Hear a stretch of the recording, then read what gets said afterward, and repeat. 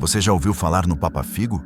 Dizem que ele andava pelas periferias do Recife, sequestrando crianças. Dizem que ele usava chapéu, gravata e um saco para carregar fígados de criança. Mas agora, ele não anda mais. Ele voa. Prepare-se para mergulhar numa história onde a realidade se mistura com o pesadelo, onde o folclore se transforma em culto e onde o terror voa sobre nossas cabeças.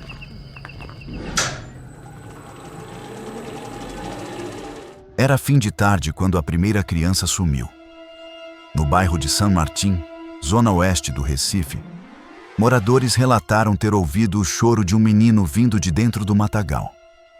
Mas quando chegaram ao local, tudo o que encontraram foi uma boneca mutilada e penas vermelhas espalhadas pelo chão.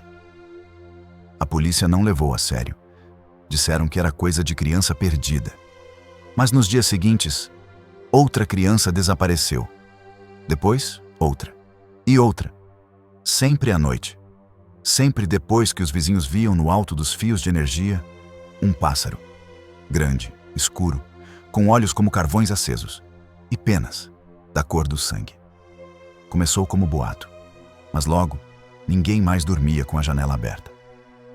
Segundo as histórias dos antigos, Dona Zuleide, uma senhora de 84 anos, moradora do bairro há mais de 6 décadas, foi a primeira a reconhecer o que estava acontecendo. Isso aí é coisa do Papa Figo. Ela sussurrou numa entrevista improvisada. Ela contou que, quando era menina, sua mãe dizia que o Papa Figo era um homem doente, com o corpo consumido por uma doença misteriosa.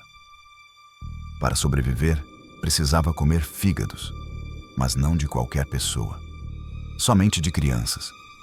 Por isso ele andava bem vestido, com chapéu e gravata, como se fosse um doutor. Chamava as crianças com balas, brinquedos e as levava embora. O mais estranho é que, segundo ela, antes de cada sequestro, um pássaro de penas vermelhas sempre aparecia e cantava. Mas ninguém conseguia gravar esse canto, porque não era um som para ouvidos humanos. Era um chamado antigo, de um tempo em que os homens ainda ofereciam sangue aos deuses. Tudo poderia ter ficado apenas nas conversas, se não fosse por 4 jovens, Lucas, Raquel, Beto e Yasmin. Estudantes da escola pública local resolveram investigar os desaparecimentos por conta própria. Raquel tinha ouvido a avó contar a mesma história que Dona Zuleide. Beto era fissurado em lendas urbanas.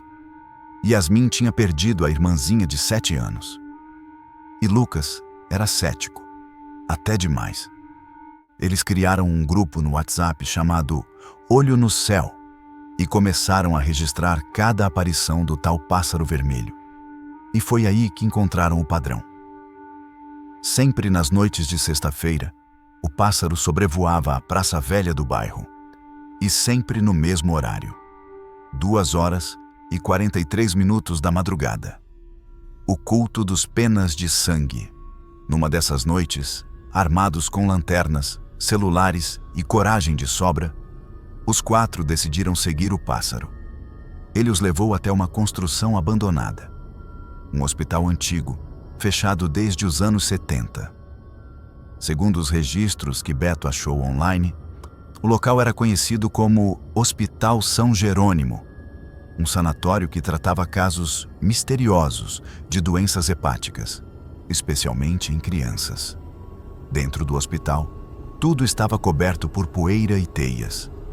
Mas numa das salas, eles encontraram símbolos desenhados com sangue seco e no centro, um altar, com ossos pequenos, cercados por penas vermelhas. Atrás do altar, uma parede com inscrições em latim e tupi-guarani. E o nome: Ordem dos Penas de Sangue. Com a ajuda de um historiador da UFPE, eles descobriram algo mais sombrio ainda. No final do século XIX, existia um culto secreto em Pernambuco, formado por médicos, padres e figuras influentes.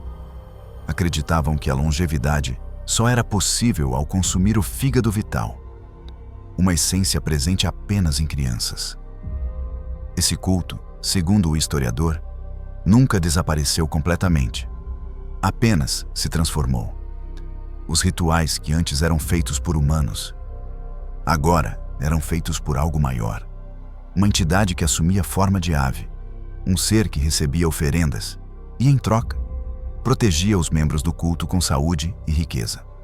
O pássaro não era só um sinal, ele era o sacerdote. O ritual incompleto. Na noite seguinte, os 4 voltaram ao hospital para tentar impedir mais um ritual. Mas dessa vez, não estavam sozinhos. Foram cercados por homens encapuzados, de vestes antigas e olhos vazios. No centro da sala, uma criança dopada, deitada sobre o altar. E acima, no alto da sala escura, o pássaro, enorme, com quase 2 metros de envergadura, olhos humanos, e um grito que não era de ave, era de dentro da cabeça. Raquel começou a sangrar pelo nariz. Beto caiu no chão, tremendo. Yasmin segurava a lanterna como uma cruz. E Lucas encarava o pássaro, sem piscar. Foi ele quem gritou. Foi ele quem correu em direção ao altar. Derrubou o cálice, quebrou a corrente e libertou a criança. O pássaro soltou um grito de ódio e desapareceu em chamas vermelhas. O fim ou o começo. Na manhã seguinte, o hospital estava vazio, sem vestígios de rituais, sem altar, sem ossos, sem nada. A polícia chamou de alucinação coletiva. Mas os vídeos gravados pelo grupo foram parar na internet. E embora muitos dissessem que era montagem, algo curioso aconteceu. Várias cidades do Nordeste relataram ter visto o mesmo pássaro, sobrevoando escolas, parquinhos e casas de periferia. Alguns dizem que o culto continua, que o Papa Figo nunca foi só um homem. Foi sempre uma entidade, um devorador de inocência. E o pássaro vermelho? Bem, se você ouvir um canto estranho na madrugada, feche suas janelas e cubra seu fígado com a mão. E aí? Você acredita que o Papa Figo é apenas uma lenda? Ou será que há algo mais sombrio voando por aí? Se você conhece alguém que viveu algo parecido, comenta aqui embaixo. E não esquece, se um pássaro vermelho aparecer, não olhe nos olhos dele.